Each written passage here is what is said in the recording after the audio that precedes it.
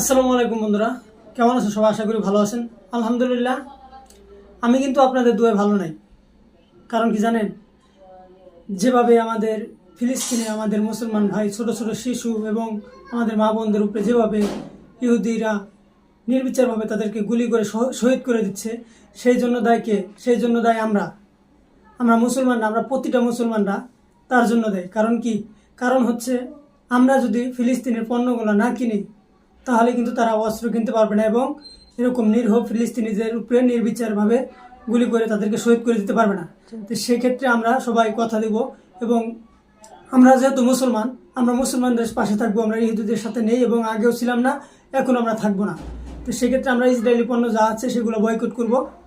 কারণ ভাই, আমাদের টাকা দিয়ে তারা গুলি কিনতেছে, তারা অস্ত্র কিনতেছে, কিনে নিরীহ ফিলিস্তিনের উপরে নির্বিচার গুলি ছুটতেছে। সেই জন্য দায় আমরাই।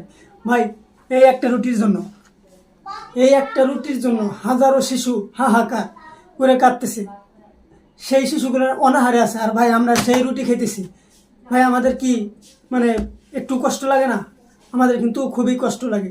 কিন্তু আমরা যেহেতু যাই সেখানে কিছু করতে পারবো না, আমরা তো এটা করতে পারবো। আমরা ইসরায়েলি যত পণ্য আছে সেগুলো আমরা বয়কট করব।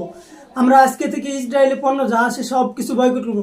এটা শুধু আমি একা বয়কট করলে ইসরায়েলের কিচ্ছু হবে না। এটা আমাদের যত মুসলমান আছি, আমরা মুসলমান দেশ আছি, সবই আমাদের এটা করতে হবে। আমরা ইসরায়েলি পণ্য বয়কট করব। ইসরায়েলি পণ্য কোনো আমাদের দেশে থাকবে না এবং চলবে না।